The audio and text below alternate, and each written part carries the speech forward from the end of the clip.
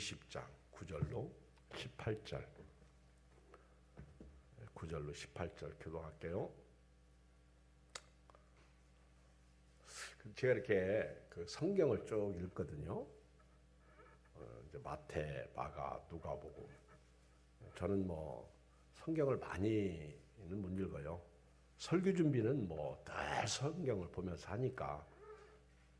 근데 이렇게 이제 1년에 한 번 정도는 읽는데 바빠가지고 못 읽으면 안 되잖아요. 하루에 3장 정도가 이제 우리가 주어진 분량이잖아요. 그런데 이렇게 성경을 쭉 읽다가 지금 사도행전을 읽고 있는데 성경을 쭉 읽다 보면 성경의 내용 중에 다 뭐 알고 설교하고 그렇게 지나간 말씀들이잖아요. 그리고 다 소중해. 그런데 늘 이렇게 성경을 보면서 특별히 인사이트가 되는 말씀이 있더라고.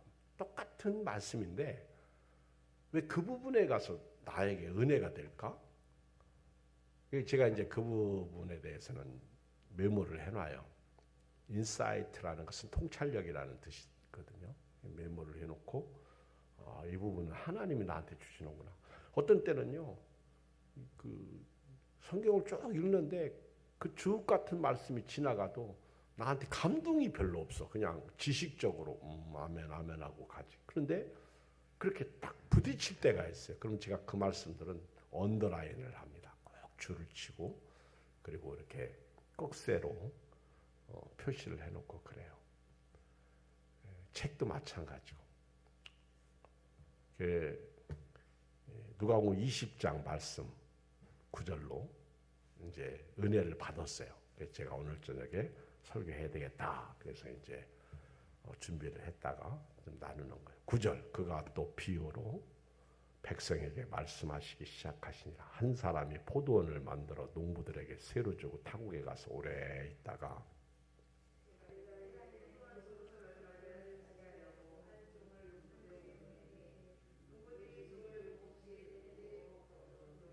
다시 다른 종을 보내니 그도 몹시 때리고 능욕하고 거저 보내었거늘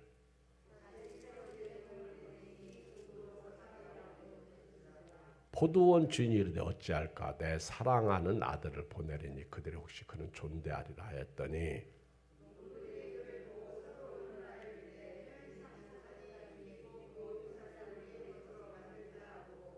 포도원 밖에 내쫓아 죽였느니라. 그런즉 포도원 주인이 이 사람들을 어떻게 하겠느냐.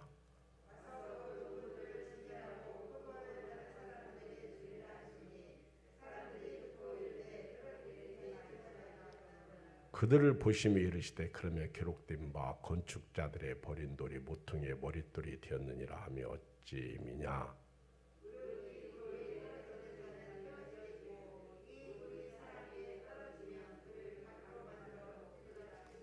아멘. 제가 이렇게 성경을 읽으면서 이제 1년에 이렇게 한 번을 보는데요. 물론 뭐 중간에 어떤 설교를 준비하기 위해서 요한계시록의 말씀을 보잖아요. 그러면 요한계시록 전체를 다 읽어요. 갈라디아서 전체를 다 읽고 뭐 이런 거 빼고 그런 때가 훨씬 더 은혜가 되죠. 이렇게 정독하는 것보다도 뭔가를 준비하기 위해서 이렇게 성경 전체를 보고 어떤 때는 이렇게 하나님이 나한테 이렇게 주시는 말씀이 없나 그렇게 생각할 때가 있어요. 그때 이제 누워가지고 정말 설교할 게 없어요. 누워가지고 제가 이렇게 창세기, 출애굽기, 레위기, 신명기, 민수기 쭉 이렇게 한번 생각을 해봐. 마태, 마가, 누가, 요한 예수님의 행적을 쫙 따라가죠. 근데 이제 제가 이렇게 가장 설교 인사이트가 언제 오냐면 새벽기도 때더라고. 새벽기도 하다가 순간 이렇게 뭐 이렇게 주어지는 사인이 있어요. 그러면 제가 이제 그 부분을 가지고 메모를 해. 기도하다 말고. 그때 이제 받은 은혜를 가지고 이렇게 나누는데, 예를 들어서 모세오경은 누가 썼어요? 모세가 기록했어요. 그렇죠? 근데 민수기에 보면 모세가 구스 여자를 취하잖아요. 근데 미리암과 아론이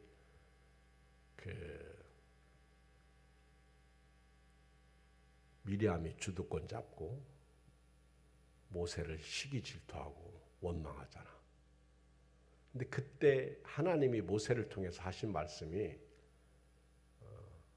미리암과 아론을 꾸짖으시면서 모세를 향해서 그의 온유함이 지면에서 승하다, 이런 말씀이 있거든요. 근데 그 누가 기록했어? 모세 자기가 기록한 거예요. 모세는 자기를 가리켜서요, 온유하다 그렇게 기록하고 있는 거예요. 여러분, 재밌지 않아요? 아니, 모세가 자기가 쓰면서도 내가 정말 온유한가? 날 보고 뭐 자화자찬한다고 하는 분들이 있어요. 근데 자화자찬인 것보다는 내 것을 솔직하게 얘기를 하는 거죠. 난 이렇다. 근데 모세도요, 그랬어요. 여러분, 요한복음 읽어보세요. 사도 요한은요, 얼마나, 그쵸, 자기를 익명으로 해서 이렇게, 마가도 그랬어요. 마가도. 근데 자기거든요. 자기를 나타내고 있다고요. 저는 이 말씀을 쭉 읽으면서, 우리가 잘 아는 말씀이잖아요. 그런데 이 말씀의 주제를 잡았어요. 하나님이 보내신 종을 용납하면 안 되느냐, 이런 주제로 제가 오늘 저녁에 좀 잠깐 말씀을 좀 전하려고 합니다. 하나님이 보내신 종들을 받아주면 안 되느냐. 그래서 오늘 제목이 하나님이 보내신 종을 받아주라, 이런 제목이죠. 근데 여러분, 하나님께서 옛날부터 자기 종들을 통해서 말씀하셨어요. 히브리서 1장에 보면 여러 모양과 여러 부분을 통해서 선지자로 말씀하신 하나님이 이 모든 날 마지막에 아들을 통해서 말씀하셨다, 이런 기록이 있습니다. 하나님께서 그 모세를 보내서, 또는 뭐 선지자들 있잖아요. 예를 들면 이사야는 유다 왕국의 선지자죠. 그리고 누구 때 사역을 했다, 예언을 했다. 그 다음에 이제 그 후에 예레미야, 유다 왕국의 선지자죠. 그 다음에 예레미야 다음에 에스겔은 포로 시대의 선지자죠. 그리고 다니엘도 포로 시대의 선지자죠. 포로에서 돌아올 때는 뭐 느헤미야라든가, 또는 그 스가랴 선지자들, 또는 에스더,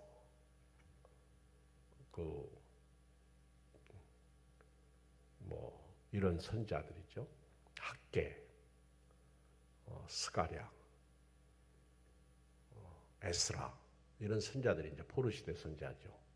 또 반면에 호세아 선지자나 아모스 선지자 같은 경우는 북왕국 이스라엘의 선지자죠. 요나 같은 경우는 또 특별히 또 이방인을 위한 부르심을 받았어요. 그래서 니느웨에 가서 복음을 전하라. 이게 이제 시대마다 하나님이 또 이제 시편과 시가서를 통해서 말씀하시죠. 근데 이 오늘 말씀에 보면 예수님께서 과거 얘기를 하시는 거예요. 그리고 자기 얘기를 하시는 거예요. 그런데 이스라엘 백성들이 예수님을 받아주지 않은 거예요. 이스라엘 백성들이 예수님보다 온 하나님이 보내신 사자를 받지 않는 거죠. 만약에 받았다면 이스라엘이 그런 화인맞은 양심은 아니 됐겠죠.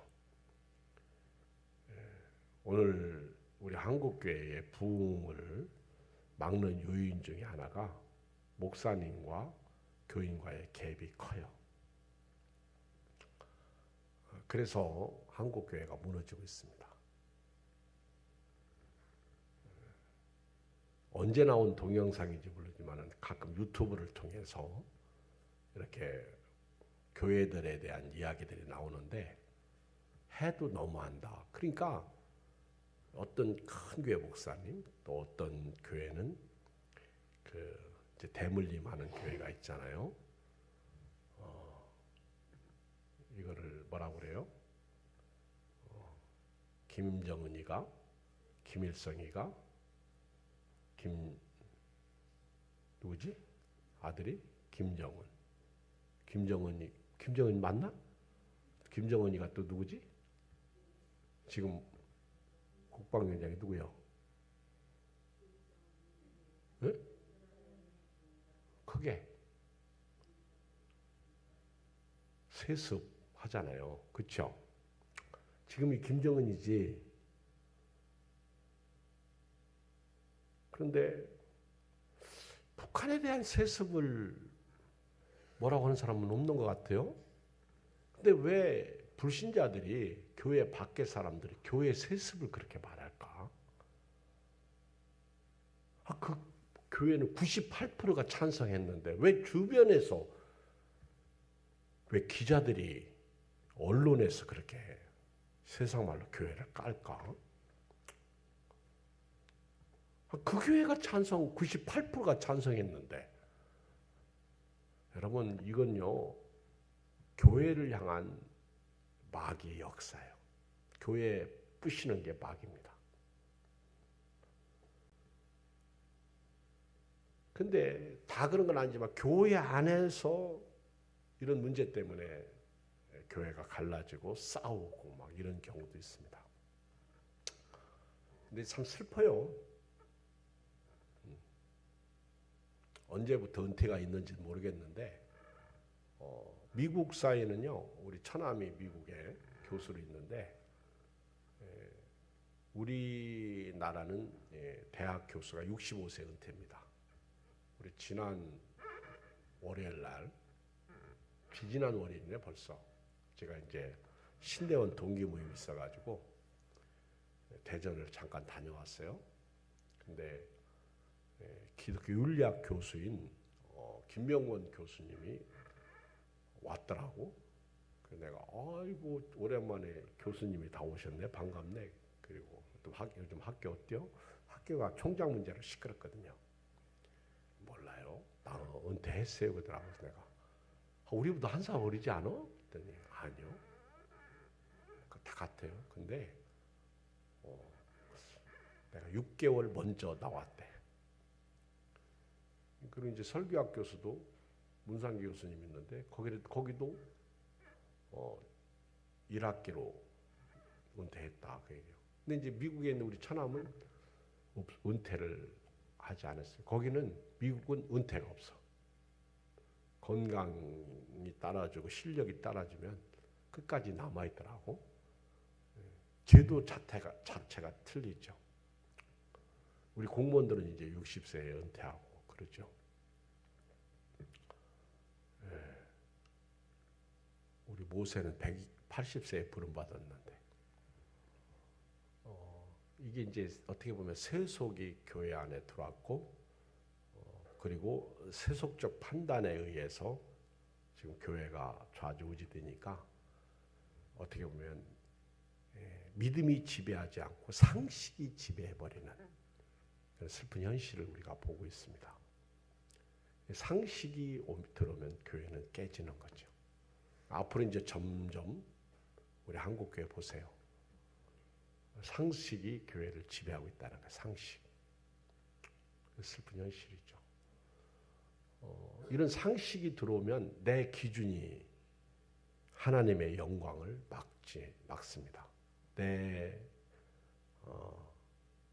내가 모든 것에 판단하는 자가 되는 거예요. 이런 때 목회자가 사역하기는 힘들어지는 시대가 온다는 거죠. 점점 어려워진다는 거예요. 그러니까 나하고 틀리면 적이 돼버리는 거예요. 그리고 반대가 되는 거죠. 거기에는 이제 마귀에게 조종받아가지고 거짓말이 난무하게 되고 없는 말이 생기게 되고 불안해지는 거죠. 이런 때에 하나님이 보내신 종들을 받아주는 은혜가 있는 교회가 되기를, 여러분들이 되기를 주의 이름으로 축원드립니다. 정말 중요한 얘기거든요. 그런데 고치려고 하면 안 돼. 여러분 가정에서 우리 남자들 아내 고치고 삽니까? 또 우리 아내들이 남편 고치고 살아요? 못 고쳐요? 믿음으로 받아주는 게 은혜입니다. 아멘. 그게 오히려 행복한 거예요. 화려하지는 않아도 정결하게 사는 삶이 행복 아니에요? 우리 노래 불렀잖아. 그렇죠? 가진 것은 없어도 감사하면서 사는 삶, 나눠주면서 사는 삶, 이것이 은혜죠. 어떤 사람이 병원에 입원했어요. 물었습니다. 의사가. 참 돈 많던데요. 그거 어떻게 하실 거예요? 그랬더니 모르겠어요. 몸은 병원에 있는데 아픈데 돈은 엄청나게 많아. 그거 어떻게 할 거예요? 모르겠어요. 참 고민스럽네요. 미국에 오늘 기사를 보니까 우리나라 돈으로 상당히 많은 돈, 몇십억이던데. 그런데 이분이 검소하게 살았는데 딱 죽으면서 엄청난 유산을 남겼더라고요. 근데 자식이 다 먼저 갔어. 근데 미국은 딱 그렇게 유산이 남기고 유언이 없으면요, 가장 가까운 자들에게 다 나눠줍니다. 그 친척들에게. 그래서 사돈의 팔촌까지 다 조사해가지고. 그게 몇 년 걸리더라고. 그 기사를 봤는데 어떤 사람은 카나다에 있고 어떤 사람은 영국에 있고 그 가족들이. 근데 1인당 100 몇 명에게 나눠주는데 한 사람 앞에 8천 얼마씩 하더라고. 8천만 원인가. 흉대 만났죠. 그렇죠? 근데 돈 받는 사람한테 물어봤어. 그 사람은 몰라. 일면식도 없는 거예요. 모르는 거예요. 참 미국 사회가 그런 제도가 참 남달라요. 만약에 이 사람이 죽으면서 나는 학교에 환원하고 나는 교회에 데리고 가겠습니다. 그러면 변호사가 써가지고 그걸 탁탁탁탁 분할해가지고 그렇게 합니다. 나는 이것을 이렇게 쓰겠습니다. 근데 이제 우리는 돈 벌고요, 돈에만 뭐라고 할까 신경 쓰다 보니까 쓸 줄을 모르는 그런 어리석음에 빠지죠. 예를 들면 우리 누가복음에 나오는 부자 이야기 알잖아요. 이 부자가 창고를 헐고 소출이 이제 밭에 많으니까 창고를 헐고 다시 짓겠다. 그러면 우리가 생각할 때 예수님은 이 부자를 향해서 뭐라고 그래요? 어리석은 사람이라고 그럽니다. 근데 여러분 제가 설교 시간에 말씀드렸지만 그분 어리석은 부자 아니에요. 지혜로운 부자죠. 아니 돈 벌어가지고 창고 다시 짓는 거 그거 잘하는 거예요, 여러분. 근데 왜 예수님은 그 사람을 어리석은 사람이라고 봤을까? 또 자기 형의 유업, 아버지가 물려준 유업을 좀 나누게 해달라고 동생이 찾아왔을 때 형이 혼자 챙겼나 봐. 예수님한테 찾아왔을 때 모든 탐심을 물리치라 이렇게 말씀하고 있거든요. 아니 그 사람이 찾아와서 자기 형이 혼자 다 가져보려고 하는 거. 우리나라에 그 동생의 재산을 형하고 형수가 가로챈 박수홍의 형이 있죠. 그래가지고 구속됐잖아. 근데 아니 동생이 자기 몫 챙기겠다는데 그게 잘못된 거예요? 근데 그 사람한테 예수님은 모든 탐심을 물리치라 그랬다고. 그리고 어떤 형제는 예수님에게 찾아와서 선생님 내가 어떻게 해야 영생을 얻으리까? 그러니까 네가 이런 계명을 지켰느냐? 다 지켰습니다. 그러냐? 그러면 네가 지금 가지고 있는 거 팔아서 가난한 사람들에게 나눠줘라. 그러니까 이 형제가 이 청년이 근심하면서 가잖아요. 여러분 예수님의 사역 방법하고요 사람들의 방법하고 틀려. 우리가 생각할 때 상식적으로 야 그렇잖아요. 아니 창고 다시 헐고 다시 짓는 거 얼마나 지혜로운 거예요. 사업 확장하는 거 얼마나 좋은 거예요. 그런데 거기에는 육은 살리는 건 있어요. 근데 영은 살리는 게 없어요. 그러니까 예수님은 영적이시고요. 천국을 우리에게 주시기 위해서 오신 것이고요. 물질은 내가 생명을 잃는 순간 그건 나하고는 아무 상관이 없는 것이 돼버리니까 그러는 거예요. 오직하면 예수님이 한 사람이 두 주인을 섬길 수가 없다. 재물과 하나님을 겸하여 섬길 수가 없다. 그리고 땅의 보물을 쌓아두지 말고 하늘의 보물을 쌓아두라. 거기는 좀과 동록이 없다. 이렇게 말씀하셨거든요. 이 생각 자체가 틀려요. 그러니까 우리가 이 교회를 다니면서 예수님이 이 땅에 오셨을 때 하나님이 예수님을 보내기 전에 선지자들을 먼저 보냈을 때 안 받아줬잖아요. 그래가지고 결국은 이스라엘 백성들이 버림당한 거예요. 그러니까 사도 바울이 로마서를 쓰면서 내 친족들이 내 민족이 예수 믿고 구원받는다면 내 목숨 하나는 끊어져 지옥에 간다고 해도 나는 차라리 그걸 원한다. 그런 얘기를 했어요. 오죽하면 이 내 가족이 내 민족이 구원받을 수만 있다면 내 생명 하나 그렇죠? 죽는 건 문제 없다는 거예요. 그만큼 간절하게 애절하게 그 영혼 구원에 대한 뜨거움을 가지고 있잖아요. 오늘 저는 이 말씀 속에서 제가 드리고 싶은 말씀의 핵심은요. 하나님이 하시는 일, 하나님이 보내신 종, 주께서 우리에게 해주시는 말씀은 아멘, 아멘하고 받아들이는 은혜가 여러분들에게 있길 주의 이름으로 축복합니다. 여기에는요. 내 기준이나 내 선이 있어서는 안 됩니다. 은혜 못 받는 거예요. 그건 다 마귀 역사죠. 그러니까 내가 보는 시선, 관점하고 하나님이 보시는 관점은 틀리죠. 내 생각은 내 생각과 다르다. 자 보세요. 자 오늘 9절에 보면 그 비유로 예수님 말씀하셨는데 이게 비유가 아니라 현실이거든요. 이해하기 쉽게 말씀한 거냐. 한 사람이 포도원을 만들어 농부들에게 세를 주고 타국에 가서 오래 있다가 여기서 한 사람이 누구예요? 하나님이시죠. 예수님 자신을 말하는 거예요. 그러니까 예수님이 창조주, 예수님이 천지의 주인이라는 거예요. 하늘과 땅의 주인. 만물을 다스린. 예수님이 포도원을 만들고 농부들에게 세를 주고 갔다. 이 포도원이 이 지구예요. 우리가 살고 있는 세상이에요.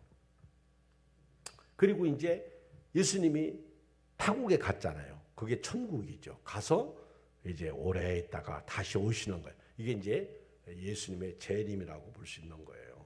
마태복음 21장 똑같은 말씀인데 33절에 보면 다른 한 비유를 들어 한 집주인이 포도원을 만들어 산 울타리로 두르고 거기에 즙지 않은 틀을 만들고 망대를 짓고 농부들에게 새로 주고 타국에 갔던 열매 거둘 때가 가까움에 그 열매를 받으려고 자기 종들 농부들에게 한마디로 말하면 뭐예요? 다 완벽하게 만들어서 준 거예요. 하나님이 마지막 날 천지를 6일 동안 창조하실 때 6일째 사람을 만들고 너 다 가져라. 내가 다 너에게 주겠다. 그러니까 한마디로 말하면 농부들은 지금 누구 것을 가지고 쓰는 거예요? 하나님의 것. 그러니까 지금 우리가 살고 있는 세상은 누구 거예요? 하나님 것. 거기서 조금 노력하고 열심히 돈 벌고. 여러분 돈 많이 벌으세요. 열심히. 근데 글쎄요. 돈 벌고 열심히 하다 보면 믿음이 없어. 믿음에서 이게 떠나는 거예요. 그렇게 잘하다가 이게 이제 저는 조금 걱정스러운 거예요. 요즘 우리 목회자들도 투잡을 하잖아요. 목회하면서. 왜? 힘들으니까. 우리 지방에만 봐도 우리 지방에는 그래도 교회들이 그 자립한 교회들이 상당히 많아요. 그런데도 불구하고 자립하지 못하는 교회들 지방에 가보면 알아. 이제 지방에 못 나와요. 왜 못 나오냐? 사모님들도 그렇고 직장 생활하고 그렇잖아요. 근데 제가 오죽하면 지난번에 지방에 가서 양다리 걸치지 마라 이런 설교를 했을까요? 그 얘기는 투잡을 하든 쓰리잡을 하든 우리 본업은 하나님 섬기는 거다. 내가 목사님들이니까 자칫 잘못하면 먹고 사는 문제 때문에 먼저 그의 나라와 의를 구해야 되는데 그 잃어버리면 끝난다. 아유, 이경 목사님 예양교회는 그저 자립했으니까 그렇게 말씀하시고 제가 이제 그럴까봐 거기에 대한 제가 이제 그 말씀을 또 하죠. 우리 목회자들이 이제 뭐가 중요한지 참 조심스럽게. 근데 우리는 지금 양다리 걸치고 있단 말이에요. 이것도 아니고 저것도 아니고. 그래서 성경을 읽으면 읽을수록 깨닫고요. 답이 나오는 거예요. 그러니까 이사야 5장 1절도 똑같은 말씀이잖아요. 내가 사랑하는 자를 위해 노래하되 내가 사랑하는 자의 포도원을 노래하리라. 내가 사랑하는 자에게 포도원이 있으며 심히 기름진 사내로다. 땅을 파서 돌을 지하고 극상품 포도나무를 심었도다. 그 중에 망대를 세웠고 또 그 안에 술토를 팠도다. 좋은 포도맺기를 팔았더니 들포도를 맺었다. 근데 지금 똑같은 거예요. 오늘 저와 여러분들이 살고 있는 세상은요. 엄격히 말하면 내 것이 아닙니다. 하나님이 만들어 놓고 너 가져라, 써라. 그리고 내가 다시 와서 네가 거둔 열매 중에 일부를 가져가겠다. 그렇게 주님이 말씀하신 거예요.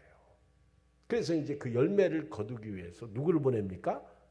종을 보내는 거예요. 그래서 저와 여러분들이 이걸 새로 받았다는 사실을 잊지 마세요. 그래서 저와 여러분들은 전세 인생이에요. 절대로 내 것처럼 가지고 사는데 내 것이 아니라는 거예요. 이건 부인할 수 없어요. 오죽하면 로마서 1장에 하나님을 알되 하나님을 영화롭게 하지도 않고 감사하지도 않는다고 그러지 않습니까? 그래서 하나님의 이게 불의더라고. 그래서 불의로 하나님의 진노를 사는 거예요. 그러니까 불의로 하나님의 진리를 막는 거예요. 여러분, 우리가요, 제가 이렇게 얘기하면 이제 돈만 생각하는데 아니요. 내가 살고 있는 모든 뭐 공기라든가 뭐 이런 바람, 자연, 우주 만물 그런 거예요. 우리가 이웃을 섬기자, 구제하자 그러면요. 우리는 돈이 있어야지 그래요. 근데 여러분 그렇게 얘기하면 아까 제가 서두에 얘기했듯이 그 돈이 신이 되는 거예요. 그러면 이분은 돈 없으니까 아무것도 못 하는 거예요. 돈으로 하는 게 여러분 그 가끔 TV에서 그 광고 나올 때 공익 광고인가 그거 우리 그 국경 없는 의사회에 나오죠. 그 광고 보셨죠? 야, 그래서 그 후원 좀 해달라는 광고인데 사실 그분들은요 후원 받은 거는 후원자들이지만 이분들은 자기 기술을 이웃에게 도와주는 거예요. 그러니까 우리가 이웃을 구제하고 봉사할 때 돈으로 할 수 있고 몸으로 할 수 있고 그 다음에 내가 가진 뭐 목수 기술이라든가 의료 이런 기술 그 다음에 내가 뭐 이렇게 옷을 많이 가지고 있다 또 장사를 한다. 온누리교회 같은 경우가 그런 걸 잘하죠. 그래서 그 여름 때 이렇게 의사분들이 딱 그 단기 선교를 나갔다 오고 하는 것도 대단하죠. 그런 교회들이 파워가 있는 거 멋있잖아요. 돈도 있으니까. 그러니까 막 학교도 세우고 뭐도 하고 야 솔직히 부러워. 근데 우리는 우리 교회 운영하기도 바빠. 그래도 우리 교회는 그래도요. 제가 이번에도 이렇게 선교비 보내다 보니까 200 얼마가 나가더라고. 어려워요 우리 교회도 물질적으로. 그렇지만은 이거 개척하면서 지금까지 해오던 거니까 그렇죠? 그리고 이분들은 제가 이제 월말에 보내니까 근데 월말이 10월 달에 30일이더라고.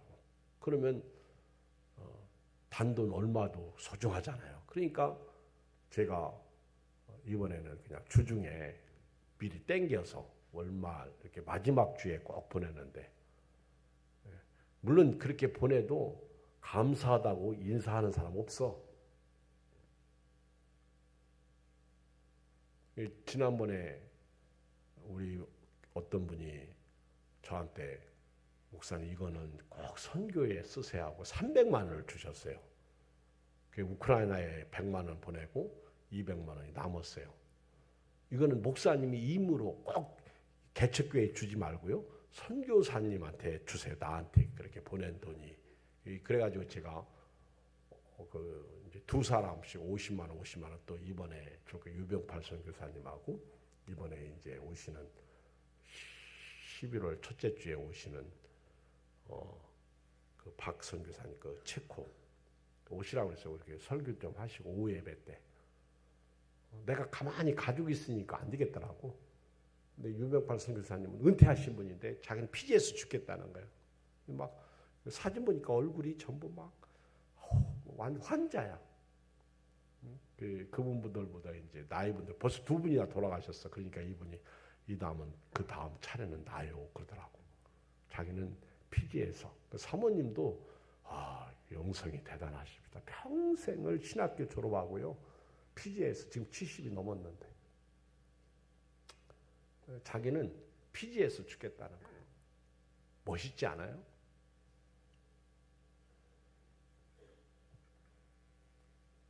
그러니까 주와 복음을 위해서 어떤 사람들은 막 이렇게 그분도 어려워 내가 볼 때.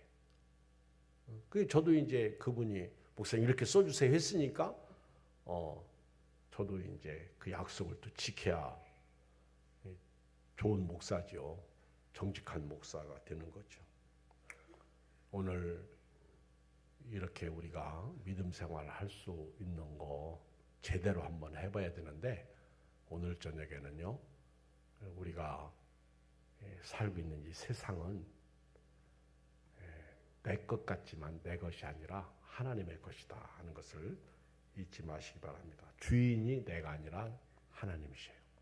그래서 욥기 41장 11절에 보면 온 천하에 있는 것이 다 내 것이라 욥에게 말씀하셨고 출애굽기 19장 5절에도 보면요. 세계가 다 내게 속하였다. 이렇게 말씀하고 있어요. 시편 24편 1절에도 땅과 거기 충만한 것이 여호와의 것이로다. 여러분, 이런 하나님에 대한 의식을, 믿음을 가질 때 내가 청지기가 될 수 있는 거예요. 그리고 관리자가 돼. 그리고 좋은 관리자가 되면 더 많은 것을 주께서 맡기겠죠. 이게 달란트 비유죠. 5달란트 받은 사람 5달란트 남기고 2달란트 받은 사람 2달란트.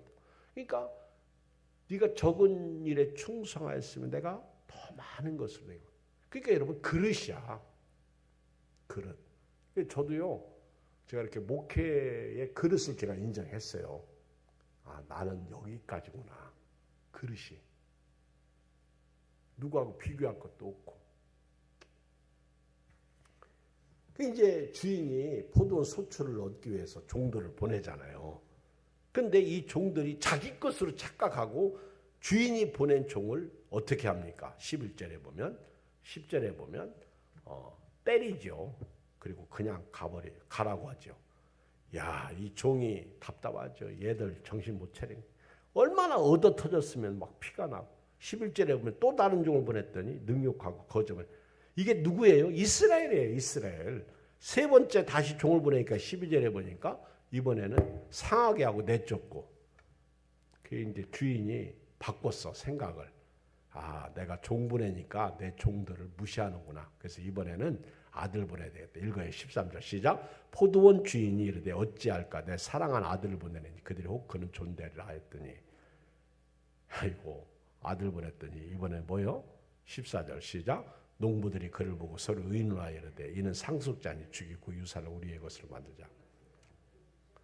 제가요, 시골에 400몇 평의 밭이 있어요. 제 이름으로 된 밭. 팔 수도 없어. 누가 나한테 팔라고 전화가 왔어요. 내가 이제 동생한테 팔까 그랬더니 형님 팔면 안 되죠. 그럼 네가 사. 나 돈 없죠. 되게 웃겨, 그죠? 그거 팔면 안 되죠. 그러더라고. 그럼 자기가 사지. 지금 그거 팔리기만 간절히 바라는 사람들이 누가 있는데.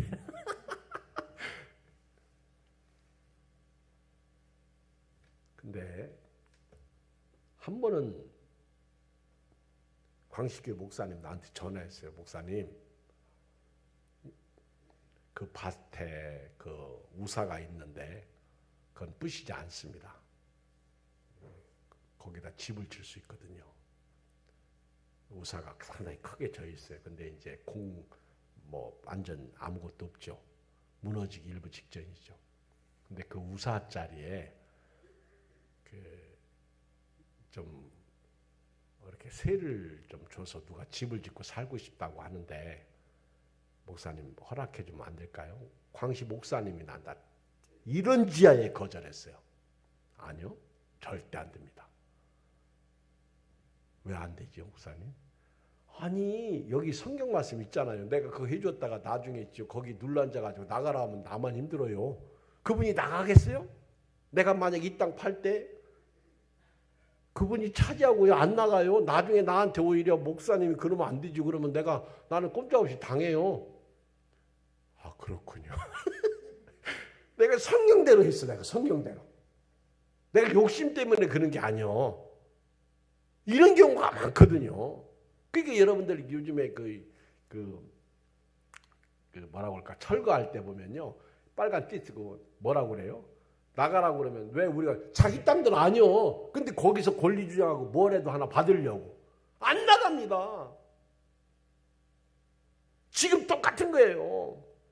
이제는 아들을 보냈더니요, 아들은 상속자니 죽이고 이제는 아예 내 거를 차지하자는 거예요. 자, 이걸 주인이 이걸 보고요, 하나님이 아들을 보내고, 야, 이거 환장하죠.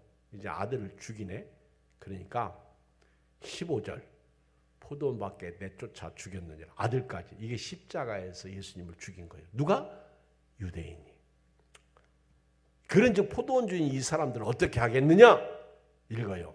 16절 시작. 와서 그 농부들을 진멸하고 포도를 다른 사람에게 주리라 하시니 사람들이 듣고 이르되 그렇게 되지 말지어다 하거늘 그들을 보시며 이르시되 그러면 기록된 바 건축자들의 버린 돌이 모퉁이의 머릿돌이 되었느냐 하며 어찌미냐. 읽어요. 18절 시작. 무릇 이 돌 위에 떨어진 자는 깨어지겠고 이 돌이 사람에 떨어지면 그를 가루로 만들어뜨리라.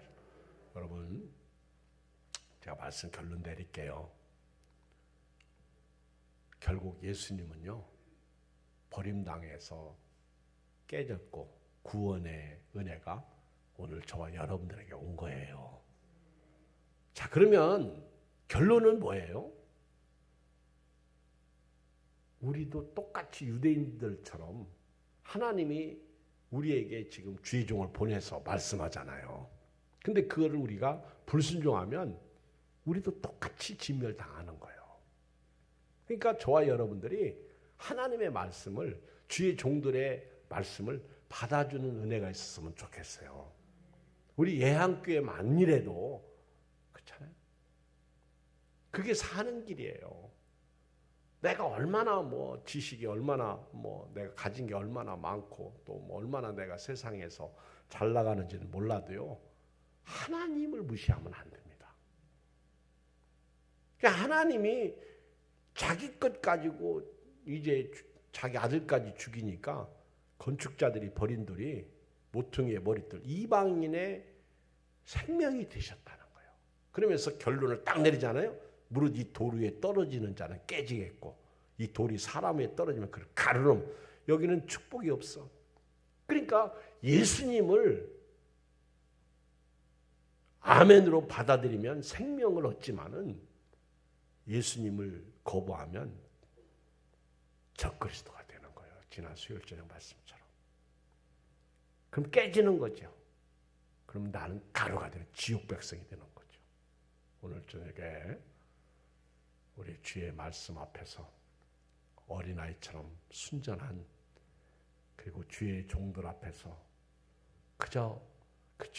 뭐 완전치 않잖아요. 하나님이 보낸 종이라고 생각하고 믿는다면 그럼에도 불구하고 받아들임으로 여러분들에게 복이 되기를 주의 이름으로 축복합니다. 우리 찬송 우리 한번 부르고요. 기도하고 마치게 405장입니다. 우리 힘차게 부르겠어요. 박수하면서.